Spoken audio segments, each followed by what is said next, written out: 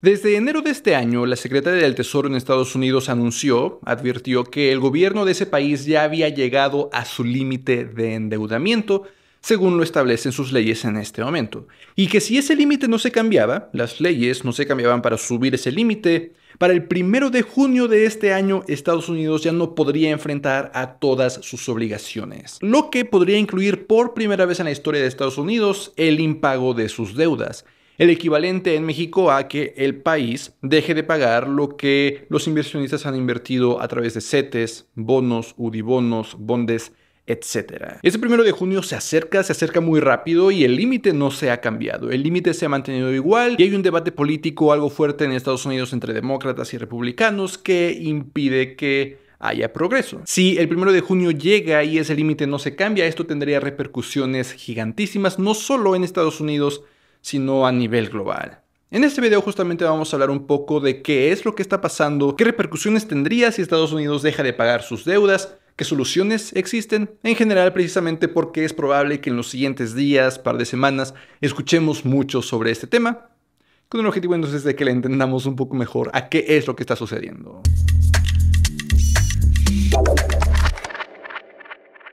Hola, yo soy Eduardo Rosas, soy licenciado en Finanzas y Banca, y en este canal hablo sobre inversiones, planes para el retiro, generación de nuevas fuentes de ingreso y varios otros temas de finanzas personales en general que te ayuden a alcanzar la libertad financiera, pero sobre todo, a vivir la vida que deseas. Así que, si es tu primera vez por aquí, considera suscribirte. En este video vamos a hablar un poco sobre esta situación que en Estados Unidos se está desenvolviendo, en que no solo ya deben muchísimo dinero, sino que ya no pueden endeudarse más, lo que les impediría enfrentar a sus obligaciones, lo que de nuevo podría desencadenar muchísimos problemas en todo el mundo.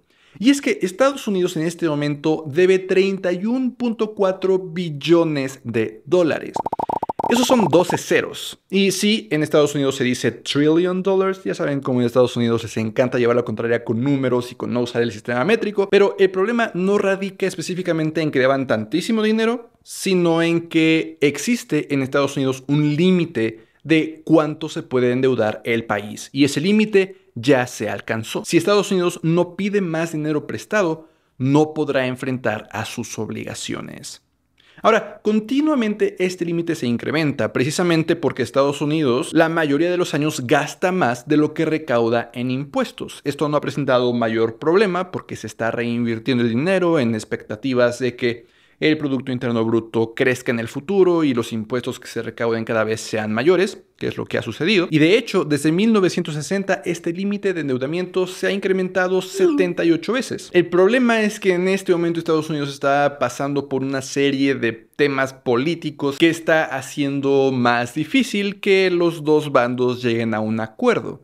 De hecho, en 2011 algo similar ocurrió. No se ponían de acuerdo en incrementar el límite de deuda y lo decidieron incrementar hasta el último minuto. Literal, el último minuto disponible. Y es que tal como este año, el Departamento del Tesoro puede avisar con anterioridad en qué momento se les va a acabar el dinero, hasta qué momento pueden seguir enfrentando sus obligaciones sin endeudarse más, lo que este año es hasta ese muy cercano 1 de junio. Pero ¿por qué específicamente esto nos interesa como inversionistas? No solo es que sea un tema interesante en el mundo de las finanzas, sino que realmente podría tener repercusiones en nuestro día a día. Y es que si Estados Unidos deja de tener dinero, ya no puede pedir prestado dinero, ya no puede entonces enfrentar a diferentes obligaciones, ya no puede pagar a quienes dependen de la seguridad social, ya no puede pagar a los veteranos del ejército, no puede pagar a los empleados federales del gobierno federal.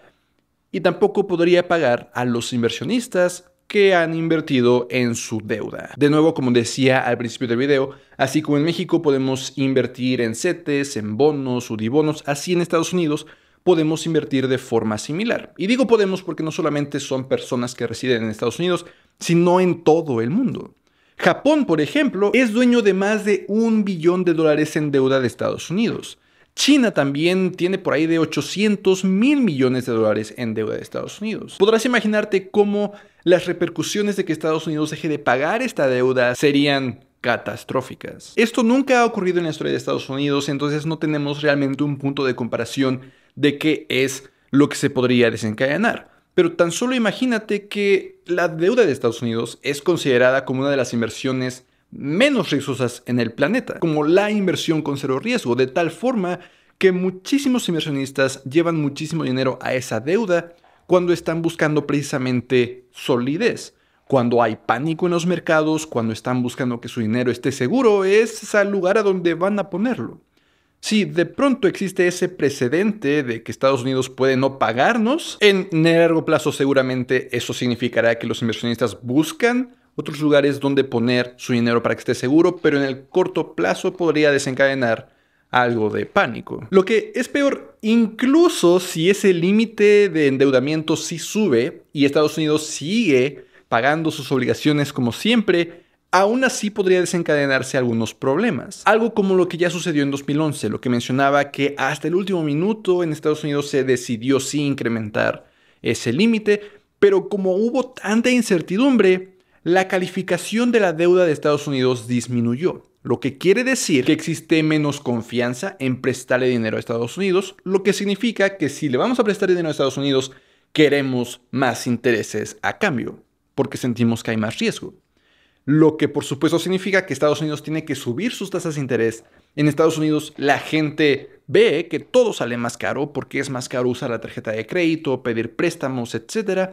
Entonces la gente gasta menos, lo que fácilmente podría desencadenar una recesión. En especial en este momento cuando las tasas de interés en Estados Unidos ya están muy elevadas en comparación con años anteriores, precisamente porque ese país se ha enfrentado, como México y muchos otros países, a la inflación. Claro, si Estados Unidos llegara a tener una recesión, sabemos que por su tamaño, por su influencia, esa recesión muy probablemente se extendería a otras partes del mundo.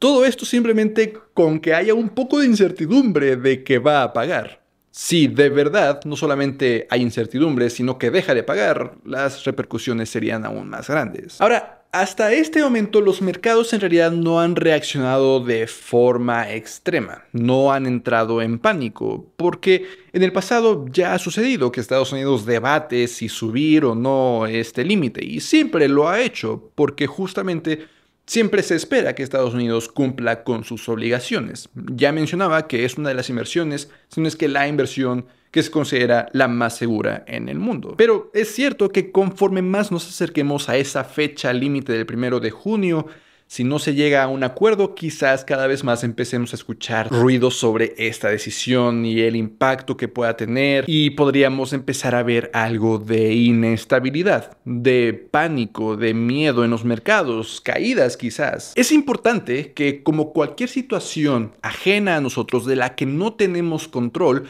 como inversionistas recordemos que lo primordial es tener en cuenta el plazo al que estamos invirtiendo. Si el plazo al que estamos invirtiendo no vence estas semanas, estos meses, este año, no hay razón alguna por la que deberíamos de vender anticipadamente.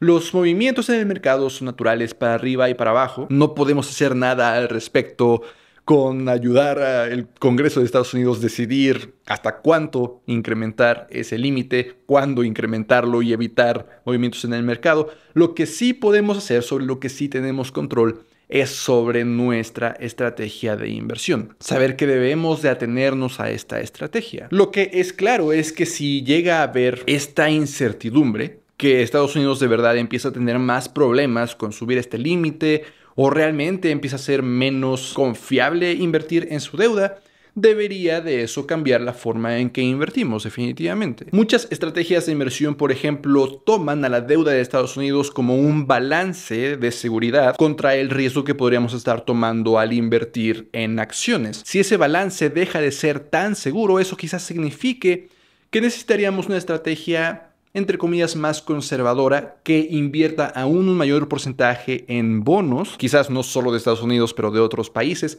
para balancear el riesgo, porque después de todo, ese riesgo ya no estaría siendo balanceado. Por ejemplo, si actualmente tu estrategia dicta invertir 90% en acciones y balancear eso con 10% en deuda de Estados Unidos, quizás en el futuro ese porcentaje ya no logre balancear los riesgos porque en sí mismo sigue siendo algo riesgoso. Quizás tendríamos que incrementar a 15% lo que invertimos en deuda, bajar a 85% lo que invertimos en acciones, Y quizás no que el 15% completo sea Estados Unidos, sino considerar deuda en otros países. Una nota muy importante acerca de este cambio en los porcentajes que no mencioné, que me acabo de dar cuenta ahorita que estoy editando el video. Cambiar los porcentajes es algo que solamente haríamos si como inversionistas individuales nos damos cuenta de que ese riesgo nos está causando estrés o incertidumbre. Es mejor hacer las adaptaciones a tiempo que eventualmente sucumbir a la presión, sucumbir a la incertidumbre y terminar arriesgando nuestro dinero de diferentes formas, vendiendo anticipadamente, etc. El cambio, de nuevo, no solamente viene porque esto está ocurriendo. Si cambiáramos nuestra estrategia cada que algo pasa, la cambiaríamos todos los días.